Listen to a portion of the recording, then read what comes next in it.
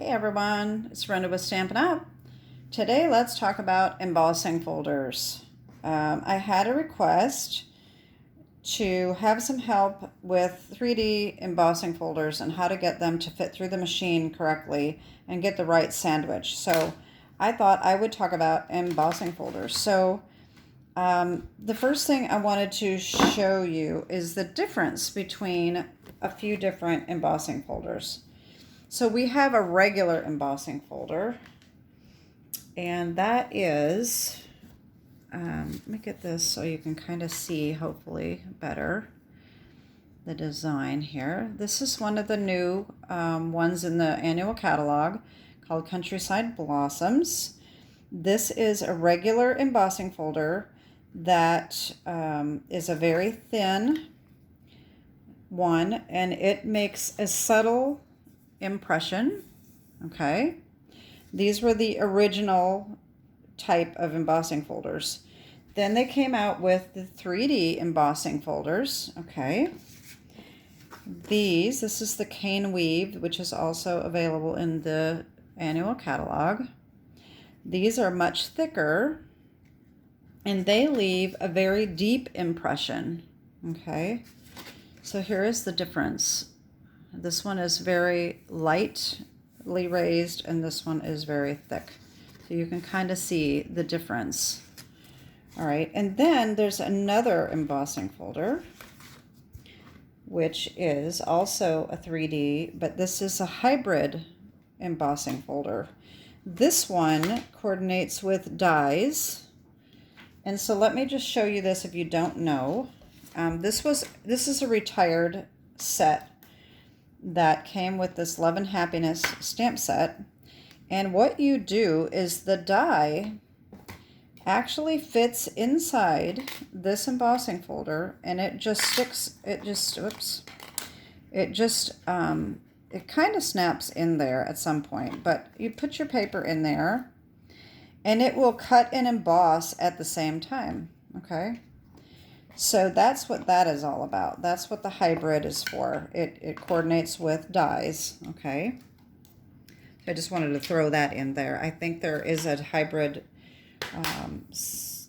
embossing folder in the catalog right now, but I'm not sure what it is. So let me just show you the catalog real quick. I meant to mark the page and I didn't. So here we go. So if you have the Stampin' Up! Machine, I do not have this machine. I started off with the Big Shot about 10 years ago, and I wore mine out. And before it wore out, I ended up buying a Big Kick that was clearanced at Hobby Lobby for like 30 bucks. And I knew my Big Shot was going to wear out soon, so I went ahead and bought it. And so when my Big Shot died, I switched over to the Big Kick, which is basically the same thing. The Stampin' Cut and Emboss machine is pretty much the same thing, except for it folds up like a Cuttlebug. If you have a Cuttlebug, I cannot necessarily help you with how to get these to fit because I have no idea how the Cuttlebug works with their sandwiches. But if you have the new machine from Stampin' Up!, it comes with all the plates that you need. You can order extra ones. But what you need for the 3D embossing folders is your base plate and the specialty plate number 4. And that should work with your 3D embossing folders, okay? If you have a Big Kick or a Big Shot, this is a video for you because that's what I'm going to be using. And let me just see here real quick. The embossing folders that we have available right now. Yes, so we have the 3 rings hybrid. So this does come with dies that you can put in it, like I showed you with the heart one, okay? And also a delightful doily, that's also a hybrid folder. And then we have, just look for 3D, then you know that's the thick one, like this.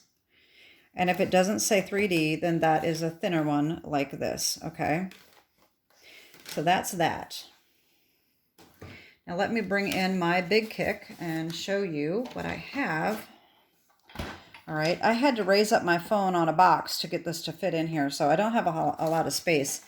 I'm still, I know I say this all the time, I'm still working on trying to get a camera set up with an arm and all that, but for the time being, this works fine.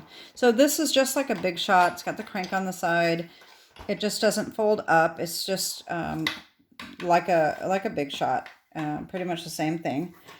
I usually use a magnetic plate that I bought a long time ago. I use this a lot with my cutting plate and my top plate. I bought this purple one as a visual to keep just as my top plate. I never cut on this. Well, I did by accident once, but I like to keep my top plate uncut and only cut on the bottom plate. That helps keep your die cuts clean. If you cut on both the top and bottom, eventually all these cut lines are going to start coming and appearing on your paper. So that's why you always want to have a cut plate and a top plate. Okay, so this does not work with your 3D embossing folder. So if you have this magnetic plate, you have to use the plate that came with it, which is this one with the little tabs. Okay, so that is what we're going to need today. So what we're going to do is, I want to show you one more thing before we do this. These embossing folders, if you have a directional pattern like this, or this is a really good visual here. This woodlands folder is trees. Now you can see these trees are upside down. Let me just put this plate here. The trees are upside down. This is actually the way it goes in. This is the top. So even though they have all the wording at the bottom, this is actually your top. You want to flip it over this way. If I put this in, it doesn't matter if I put it in, but I mean, if my paper this way, the flowers are going to be upside down. Just like this one, the trees would be upside down. So this was actually the top. This was the first one that I realized that I had that was directional, that I go, wait a minute, the top. Most of the time it doesn't matter, but if you're trying to do something specific that you need to know which direction is top, just keep that in mind. The opening is the top. Okay. So anyway, what we're going to do is your 3D plate. You are going to just use this plate with number 2 on it. You're not going to open it up. You're going to use it like this. Okay. So let's get our 3D embossing folder here and a paper. Now, another thing that I want to show you about the Stampin' Up! Is this line here is so that you can line up your paper perfectly straight. All right. The other thing I noticed on this particular one is that it is completely even all the way across. So when you put your paper in, if it's not as big as the folder, you may want to pay attention to where these lines are going to end up on your paper if you want it to look the same. If you don't care, it doesn't matter. But like this one I had run through and it's uneven because this has got a bigger edge over here than this one over here, and it kind of just makes it look a little lopsided. Maybe you don't pay attention to that, but I do, so I thought, oh my, I'd never noticed that. So I'm going to line this up along that line, and I've got it right along this edge over here. And, but that doesn't match over here either, so I'm going to just move it over. Whoops. I'm going to move it over so it's kind of in the middle, and hopefully that will look good, like that. All right. Now, they also recommend that you put the bottom, which really is their top, but the folding edge in first. I do run it in this way sometimes, and I don't really notice a difference, so I don't know whether it really matters or not. So you're going to put this in, and you put your top plate on top, and you run that in, and that should work just perfectly. So let's try that. That gives me a little bit of resistance, but not a lot, and that's perfect. That is what we need.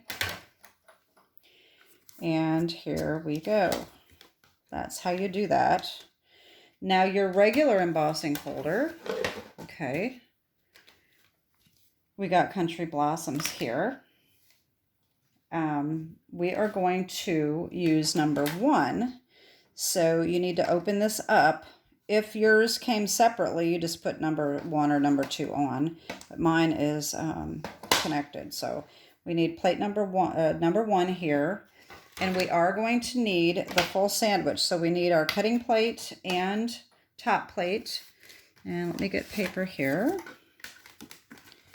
I'll line this up and put that in. And we will run that right through.